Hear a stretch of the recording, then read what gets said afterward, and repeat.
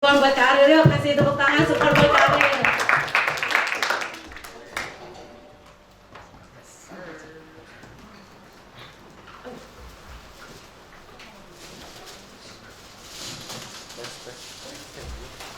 Yes.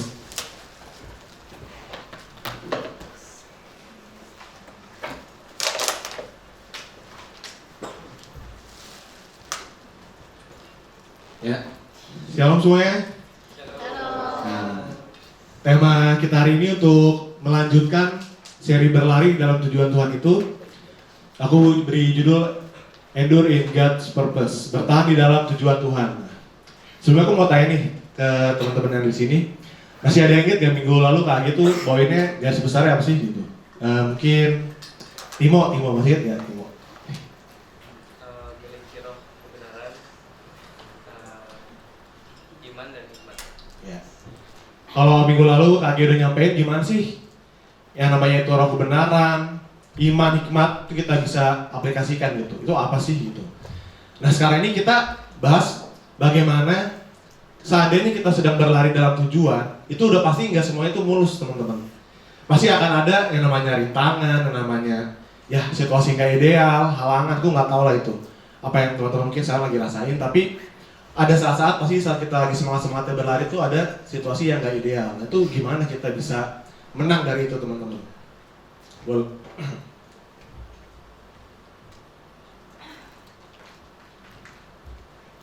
Boleh dibantu? Kevin? Ya. Yang pertama itu pengharapan dalam janji Tuhan. Jadi kita akan bahas gimana kita bisa menaruh harap dalam janji Tuhan. Oke? Ya. Ya aku udah bahas di awal. Ya. Berjalan dengan Tuhan itu nggak selalu ideal teman-teman. Even kita hidup benar, kita nggak pernah berbuat dosa, tetap ada yang namanya pasti masalah itu datang. Meskipun kita misalnya kayaknya di minggu ini gue nggak ngapa-ngapain ya, nggak berbuat aneh-aneh gitu. Mungkin yang dulunya suka nyontek, tiba-tiba minggu ini nggak pernah nyontek, tapi kok tetap aja ada masalah gitu ya. Apa yang salah dari sini gitu. Sebenarnya itu nggak ada yang salah teman-teman. Boleh di next? Ya. Kita baca bareng-bareng. Jadi aku ambil kisah tentang Ayub. Mungkin teman-teman dari sini sebagian udah tahu gimana kisah tentang Ayub ya. Dia punya segalanya, tapi tiba-tiba itu direnggut sama Tuhan gitu. Boleh kita baca bareng-bareng yuk? Aku mulai ya, 1, 2, 3. Maka berkatalah istrinya kepadanya, masih bertekunlah kah kau dalam kesalehanmu? Kutukilah Allahmu dan matilah. Tetapi jawab Ayub kepadanya, engkau berbicara seperti perempuan gila. Apakah kita mau menerima yang baik dari Allah, tetapi tidak mau menerima yang buruk? Dalam kesemuanya itu, Ayub tidak berbuat dosa dengan bibirnya. Boleh lanjut kita baca lagi. 1, 2, 3. Dengan telanjang aku keluar dari kandungan ibuku, dengan telanjang juga aku akan kembali ke dalamnya. Tuhan yang memberi, Tuhan yang mengambil, terpujilah nama Tuhan. Dalam kesemuanya itu Ayub tidak berbuat dosa dan tidak menuduh Allah berbuat tidak patut. Nah di kalimat akhir tuh ditekanin Ayub tuh nggak berbuat dosa gitu. Dia nggak berbuat salah. Dan dia juga nggak menuduh Allah yang nggak dalam pikirannya, cuman itu terjadi gitu. Namun Ayub saat menghadapi itu dia pasti menderita lah gitu. Kayak kalau kita tahu, ya anaknya mati semua domba-dombanya, lembunya juga diambil orang, ya kan? Istrinya ninggalin dia, terus dia juga kena penyakit kulit, dia hidupnya sendiri itu. Cuman dia tetap menaruh harap dalam Tuhan gitu. Nah, gimana sih teman-teman kita bisa merubah penderitaan itu menjadi sebuah pengharapan gitu. Nah, sebelumnya aku mungkin kasih contoh mungkin apa sih yang pernah diambil mungkin dalam hidup teman-teman. Aku juga mungkin nggak tahu secara detail, cuman mungkin juga bisa aja harapan yang diambil itu, dulu pengen masuk kampus impian nih, tapi ternyata kok gue udah belajar mati-matian, tiap hari gue mungkin ngeles, ketemu temen, belajar lagi, ngorbanin waktu luang, ngorbanin hobi, tapi ujung-ujungnya kok nggak dapet gitu ya, kenapa gitu kan. Juga mungkin gue udah jadi contoh yang baik dalam keluarga, tapi tetap aja nih keluarga ribut gitu. Ini harapan gue sebenarnya akan tercapai nggak sih gitu. Mungkin juga nanti lu masuk kampus bareng gue kan ya, iya gitu tuh kita masih temenan lah dari SMA ke kuliah gitu. Ternyata temennya nggak masuk di kampus yang sama juga gitu. Apakah dia harapannya hilang gitu? Apakah dia kesendirian itu jadi mengambil alih hidupnya gitu? Nah, kita bisa, nanti aku tampilin ayatnya. Bagaimana kita menaruh harap sih dalam janji Tuhan. Nah, ini ada di Roma 5 ayat 1 sampai 5. Kita baca lagi sama-sama yuk. 1, 2, 3. Sebab itu, kita yang dibenarkan karena iman, kita hidup dalam damai sejahtera dengan Allah oleh karena Tuhan kita, Yesus Kristus. Oleh Dia, kita juga beroleh jalan masuk oleh iman kepada kasih karunia ini. Di dalam kasih karunia ini, kita berdiri dan kita bermegah dalam pengharapan akan menerima kemuliaan Allah. Next, ayat 3. Dan bukan hanya itu saja, kita malah bermegah juga dalam kesengsaraan kita. Karena kita tahu bahwa kesengsaraan itu menimbulkan ketekunan. Dan ketekunan menimbulkan tahan uji, dan tahan uji menimbulkan pengharapan.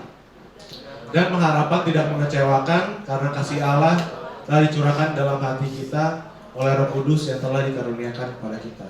Amin. Ya. Nah, jadi aku coba renungkan dan aku breakdown. Jadi itu apa ada semacam 5 tahapan ya.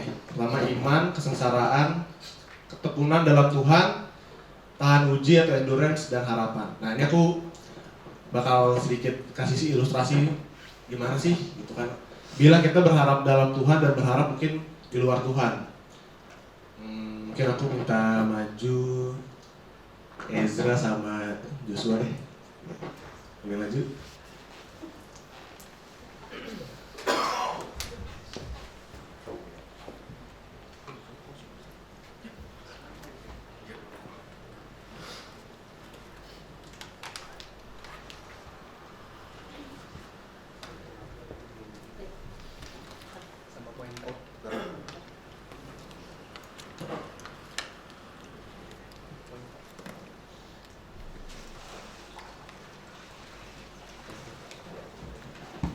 Ini mungkin berbeda sedikit ya teman-teman, kita pakai ilustrasi biar lebih gampang.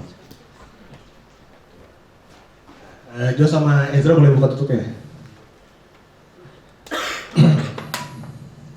Boleh di next ya kan? Nah, anggap ini dua ini yang kosong ini ya pikirannya Joshua sama Ezra, pikiran, roh dan juga jiwanya gitu.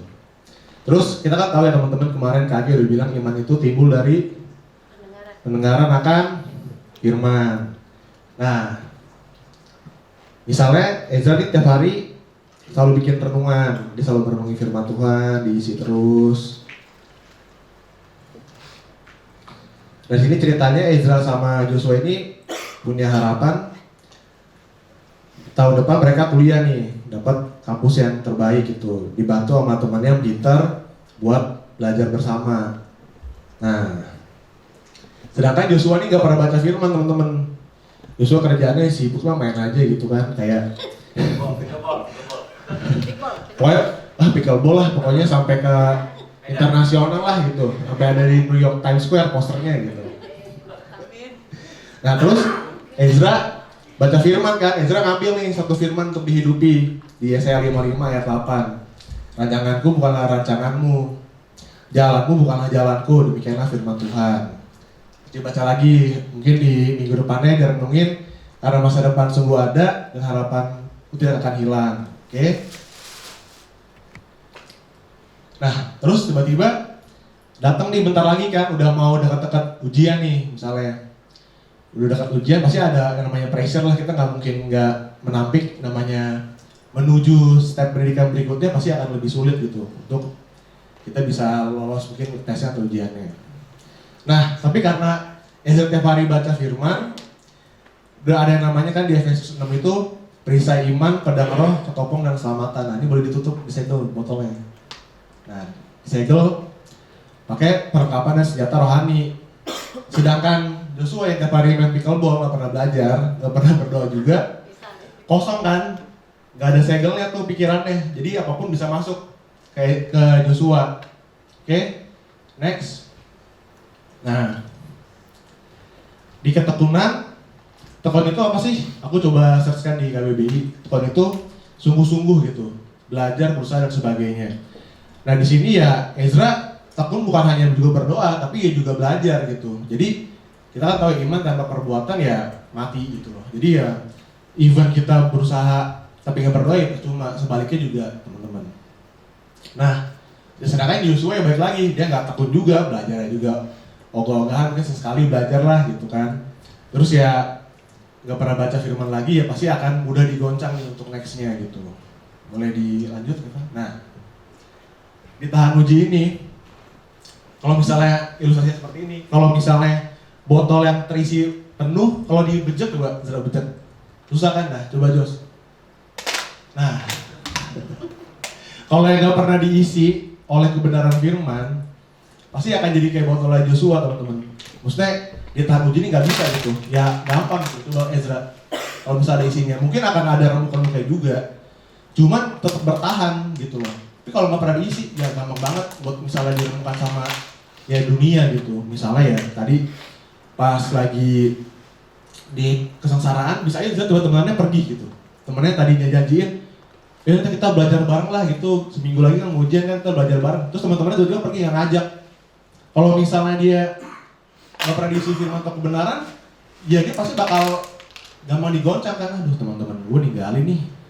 Ya kayaknya gue udah gak dianggap lah, kayaknya dia gak mau nih gue masuk di tempat yang sama mereka gitu. Tapi kalau misalnya Ezra ini udah firm, oh ya gak masalah gitu, kan naruh harapannya di Tuhan, bukan di teman-temannya gitu. Jadi dengan ilustrasi ini ya aku harap teman-teman bisa belajar gitu. Kalau misalnya emang menaruh harap dalam Tuhan tuh pasti gak bakal sia-sia gitu, gak bakal ditinggalkan.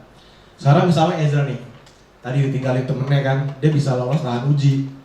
Nextnya seandainya Ezra punya pengalaman di tempat kerja, mungkin temennya mengkhianati dia, atau mungkin bosnya nyala-nyalahin dia gitu kan, dia ditinggal sendiri. Ezra udah pernah punya pengalaman, naruh harapan dalam Tuhan pas dia SMA ke kuliah, dia lewati itu gitu. Jadi saat level 1 terlewati, level berikutnya pun terlewati gitu. Sama kayak Ayub.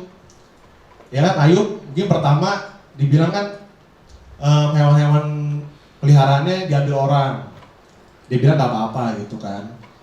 Terus anaknya mati semua, dia masih tetap teguh dalam Tuhan sampai terakhir dia sendirian kena kutuk, dikasih sakit, dia tetap firm dalam Tuhan gitu. Sama, mungkin Ezra saat ini kuliah dari SMA ke kuliah, oh nggak ideal nih, ada masalah. Tadi mau belajar sama temen dibantu dan dibantu sama sekali.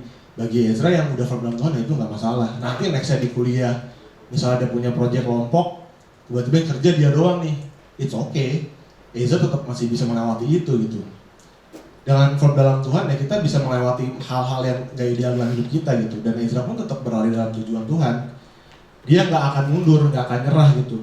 Tapi bagi yang mungkin gak pernah, kemarin Bang Ali cerita diisi oleh kebenaran, punya iman, itu sangat mudah banget teman-teman untuk mundur dalam berlari ke tujuan Tuhan gitu. Jadinya dia akan kecewa karena ya dia melihatnya itu dunia, bukan Tuhan itu yang ada dalam dirinya. Saya kok duduk. Karena boleh diminum Zat. Oke, ini tadi aku bicara soal harapan. Ya harapan itu pasti akan selalu ada kalau kita yang menaruh iman dalam Tuhan teman-teman. Even mungkin ya banyak badai coba, tapi percayalah, ya itu pasti akan terlewati bersamanya.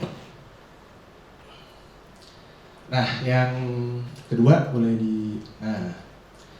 yang kedua ini judulnya Complete Not Compete. Kan kalau yang pertama itu tadi aku bahas iman dan harapan kan teman-teman. Nah, aku coba kaitin dengan growing, moving together teman-teman. Kita udah growing dalam iman, moving di pengharapan, together gimana gitu. Gak mungkin kita berlari itu sendiri gitu. Terus kalau ada teman-teman yang jatuh misalnya kayak tadi Joshua gitu, masa kita tinggalin Joshua even dia mungkin gak punya pengharapan gitu kan. Di situ kita ya gak boleh jadi menjudge Joshua gitu kan. Tapi kita complete gitu kan, completein hidupnya dengan apa sih gitu. Boleh di next. Nah ini complete each other, not to compete with each other. Di next. Nah kita boleh baca lagi. Ini aku lanjutin dari kisahnya Ayub juga. Kita baca bareng-bareng di Ayub 2, 11-13. 1, 2, 3. Ketika ketiga sahabat Ayub mendengar kabar tentang segala malapetaka yang menimpa dia, maka datanglah mereka dari tempatnya masing-masing, yakni Elifas orang Teman dan Bildad orang Suwa serta Zofar orang Naamah. Mereka bersepakat untuk mengucapkan bela sungkawa kepadanya dan menghibur dia. Ya, nextnya. Ketika mereka memandang dari jauh, mereka tidak mengenalnya lagi. Lalu menangislah mereka dengan suara nyaring. Mereka mengoyak jubahnya dan menaburkan debu di kepala terhadap langit. Lalu mereka duduk bersama-sama dia di tanah dan selama 7 hari 7 malam seorang pun tidak mengucapkan sepatah kata kepadanya, karena mereka melihat bahwa sangat berat penderitaannya. Nah, di sini nih teman-teman Ayub punya hati yang baik gitu. Dia mau si Ayub tuh udah ditinggalin istrinya, udah sakit, gak punya apa-apa lagi gitu. Yuk kita temenin yuk gitu kan. Kita jadi tempat dengar keluh kesah yuk, selama seminggu kita gak usah ngomong gitu. Kita temenin Ayub aja gitu kan. Intinya seperti itu teman-teman. Ready, next. Ya. Nah, cuman di sini di pasal yang ketiga itu Ayub bercerita tentang keluh kesahnya. Keadaan gue tuh kayak gini loh, ibaratnya ilustrasinya. Gue tuh lagi kayak susah gitu ya, gimana ya, mesti bagaimana. Nah tapi teman-teman Ayub ini tuh ternyata gak tahan teman-teman, mulutnya gatal gitu. Gak bisa tahan seminggu gak ngomong gitu kan. Kan awalnya di 7 hari kita temenin dia mau ngomong apa kita dengerin dah gitu, curhatannya gitu. Tapi ini belum 7 hari juga udah gak kuat gitu, mulutnya pengen ngoceh gitu kan. Intinya tuh mereka berkata, nih Ayub nih pasti kalau gak salah, lu gak boleh kayak gini lah gitu kan. Lu kalau gak berbuat dosa, gak menabur kejahatan, gak mungkin lu bakal tertimpa kayak gini gitu. Jadi teman-teman tuh malah jadi ngejudge gitu. Bukannya nolongin malah nuduh, lu tobat deh mendingan gitu. Kayaknya nih lu bikin salah gede banget gitu. Sampai semua tinggalin lu gitu. Padahal awalnya kan teman-temannya ini mau nemenin Ayub gitu kan, nguatin si Ayub. Tapi kok nih malah jadinya menuduh gitu loh, kayak ngejudge, terus kayak kayaknya nih Ayub yang gak bener lah gitu kan. Udahlah kita nasihat-nasihatin gitu. Padahal kan di ayat yang awal dibilang si Ayub ini nggak berbuat dosa gitu, dan dia pun nggak menuduh Tuhan atas apa yang terjadi pada hidupnya gitu. Cuman ya karena teman-temannya nggak kuat nahan ego, nggak kuat nahan mulutnya, ya udah dia kebablasan lah gitu. Di next. Ya, ini aku coba merenungi kisahnya Ayub, terus ya aku bikin statement kayak ya niat awal kita tuh mungkin baik awalnya, tapi karena kita nggak kuat nahan mulut, nahan ego kita, kadang kita malah jadi menyusahkan teman kita gitu. Bukannya nolong, ngilangin pikirannya, malah nambah pikirannya kan. Kan si Ayub bilang kan, ya nih gue ada lagi mengalami ini gitu kan. Terus maunya kan dia rilis dong, tapi dia malah dituduh, ini kalau lu nabur baik mah gak kayak gini, lu pasti nabur dosa gitu kan, jadi kayak gini. Ya orang beban yang mau dikeluarin dimasukin lagi gitu, ditambah malah. Kayak gimana teman kita bisa merasa aman sama kita gitu loh. Gimana kita mau komplit hidupnya, sedangkan kita malah mengkompet hidupnya gitu, membandingkan, atau mungkin yang lebih enggak gitu kan. Nah, ini pun jujur karena aku dulu masih sering banget kayak gini gitu, disuruh nemenin tapi malah nambah-nambahin yang bikin pusing gitu. Apalagi ya ke pasangan itu udah dulu ya. Misalnya nih keluar nih 3 huruf sakti teman-teman. Kalau kita tuh dengar cerita temen sih kita udah kayak aduh udah gak tahan ini, gue bakal keluarin 3 huruf sakti nih. Huruf saktinya apa Kevin? Coba beli next. Ya ini nggak cuma buat teman kita teman ke teman, ya mungkin kadang kita ke orang tua ke kita gitu kan. Kadang ya mungkin kalau aku cerita ke mama aku kayak, mah jadi ini misalnya contoh nih ya, ini bibirku atasnya ada benjolan nih mah gitu. Terus mama aku cuma bilang kan gitu, coba rajin-rajin bersihin muka gitu. Ya bukan masalah di situnya, cuman gimana nanganin ada luka gitu misalnya. Atau mungkin ya kita cerita ke temen, tadi nilai ulanganku jelek dah gitu kan. Terus pasti dia bilang, kan udah gue bilang, kan misalnya kan mama udah bilang, kan gue udah bilang. Pasti itu keluar nih kadang-kadang kalau misalnya kita anggapan si Ayub ini temennya, dia lagi cerita temennya ngomong kan coba lu gak buat dosa, lu gak begini gitu kan. Jadi next, ada apa lagi?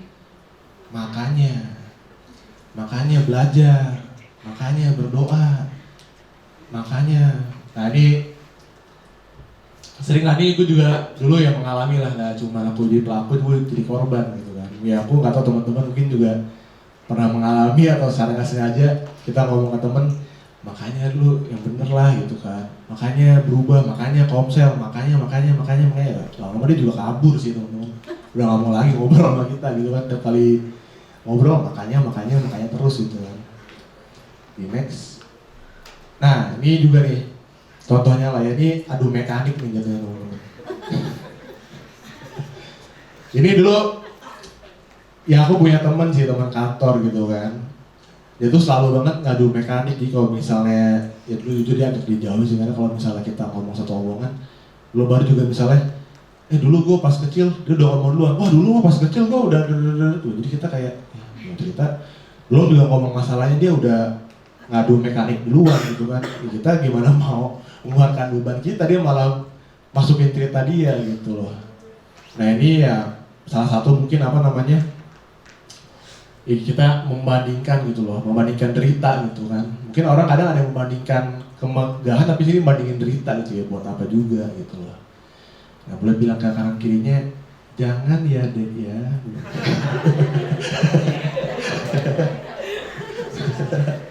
Ya misalnya ada teman lagi bikin story gitu kan, bikin story sedih kan, storynya backgroundnya miau miau miau miau, terus kita ini lagi sedih nih gitu kan. Bukannya dia kuatin, pas ketemuin nggak kuat tahan ngomong, kita jadi nasehatin dia, mungkin nasihatnya juga di luar kebenaran gitu kan. Boleh di next. Nah ini ada kebenarannya teman-teman, kita boleh baca bareng-bareng yuk. Galatiana ayat 2 1, 2, 3. Bertolong-tolonglah menanggung bebanmu, demikianlah kamu memenuhi hukum Kristus. Ya, jadi menolong teman kita yang lagi kesusahan, atau mungkin kita lagi lari bareng-bareng menuju tujuan Tuhan, dia ada masalah nggak bisa melewati itu, ya kita mesti nolong juga menanggung bebannya. Jadi di hukum Kristus juga gitu loh.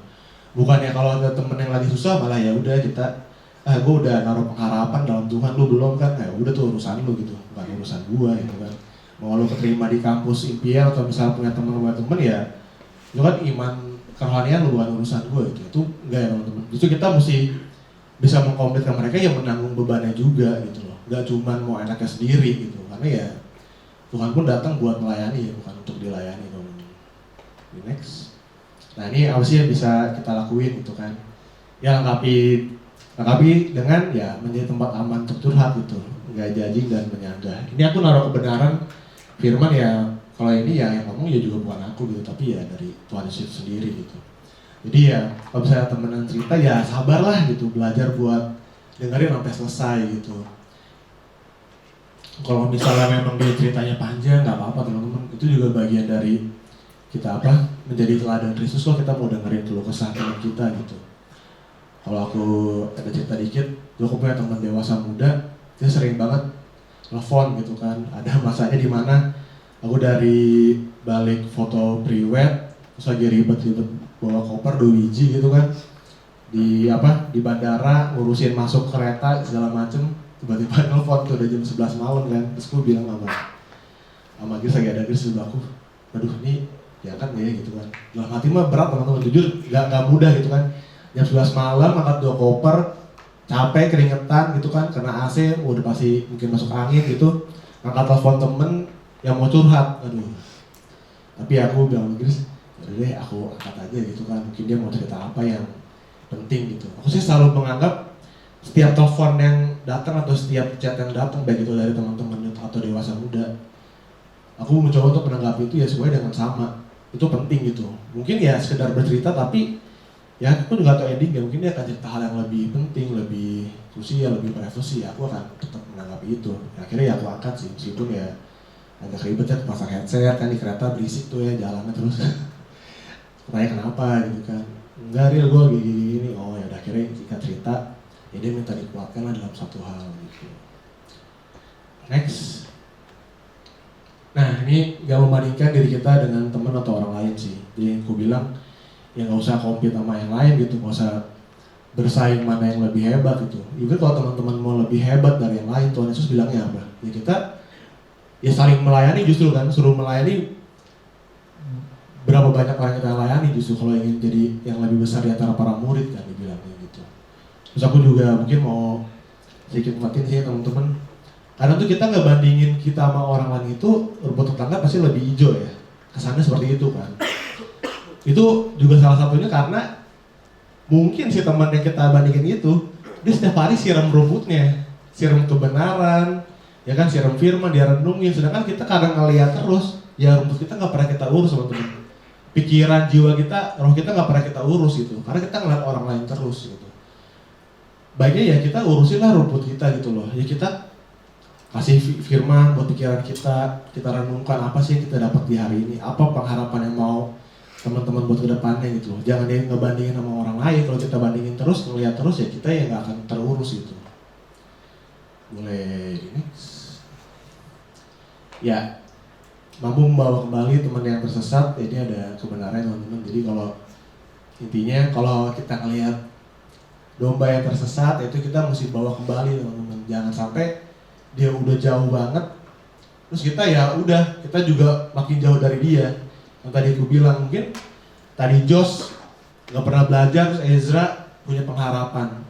Ya bawalah Jos ke jalan yang benar gitu. Jangan biarkan Jos yang makin tenggelam gitu. Jangan biarkan Jos saat dia udah nggak punya pengharapan, dia kecewa sama temennya, nggak belajar bareng, terus dia jadi lari ke pelarian yang lebih dalam gitu. Justru Tuhan berkata ya kalau kita ngelihat teman kita yang lagi tersesat, itulah kita mesti balikin gitu teman-teman. Mungkin gak mudah ya, apalagi kalau di sekolah juga. Kadang kalau kita pengen bersikap baik atau pengen nolong teman, kesannya, nih anak rohani banget gitu ya, nih anak kayaknya ketuhanan banget gitu ya. Itu mungkin ya pasti halangan yang ada gitu. Cuman ya kalau kita dari awal niat yang murni ya pengen menolong teman itu, percayalah ya, kita yang menabur, Tuhan yang akan memberi pertumbuhan teman-teman. Next. Ya, melengkapinya dan menjadikan perbedaan untuk saling melengkapi gitu ya. Jadi mungkin aku nggak bisa main musik gitu ya, nggak bisa nyanyi yang bagus gitu. Ya it's okay gitu. Aku ada KG Ayu gitu kan yang bisa main musik, bisa WL gitu. Atau mungkin aku nggak bisa ngelukis yang bagus kayak Ezra. Ya nggak apa-apa juga kalau misalnya sampai aku butuh suatu yang berkaitan dengan lukisan, aku bisa minta tolong Ezra gitu. Gak usah berusaha untuk menjadi orang lain sih sebenarnya intinya. Dan aku juga mungkin kayak Yedi bisa ngecor nih, bisa bikin beton gitu kan. Aku nggak bisa gitu kan. Ya kalau misalnya mau bikin rumah butuh konstruksi yang benar, ya aku bisa hubungin Yedi gitu. Nggak harus berusaha bisa segalanya teman-teman, nggak harus gitu. Kita sama-sama anggota tubuh Kristus, cuman beda fungsi aja. Kita punya talenta masing-masing gitu. Atau mungkin ya temen yang jago ngitung, nah aku nggak jago ngitung kan, nggak bisa keuangan yang baik, makanya hire calon pasangannya accounting. Jadi aku nggak harus kompetisi juga sama pasangan gitu, apalagi kan buat apa gitu ya. Kalau emang nggak bisa ngitung ya udah, aku percayakan keuanganku nanti ya pasanganku gitu kan. Mungkin ya kayak Chris juga undangan nih gitu kan, ini kamu yang bikin gitu ya, karena mungkin kan aku desainer gitu kan, jadi ya saling melengkapi, contohnya seperti itu. Oke, next. Nah ini kesimpulannya teman-teman, mungkin sharingku nggak terlalu banyak, tapi semoga ya ada yang tertanam di hati teman-teman.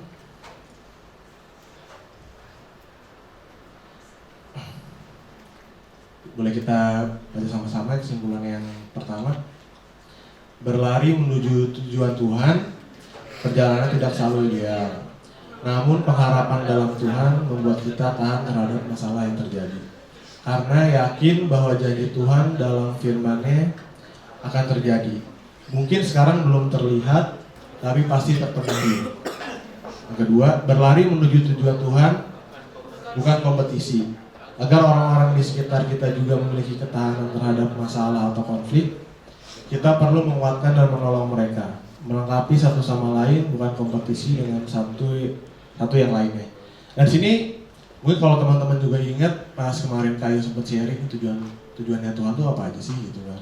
Tujuannya berjalan sama Tuhan. Ya ini ada dua yang terlengkapi teman-teman. Pertama ya kita memuliakan dan meninggikan namanya. Dengan apa ya? Dengan kita selalu menaruh harap sama Tuhan itu sendiri teman-teman.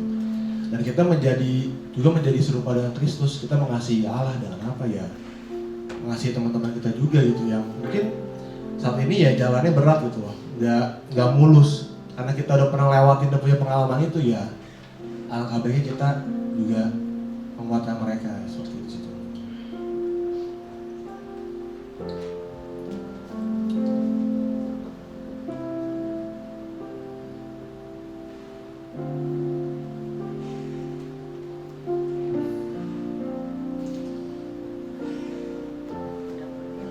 Undang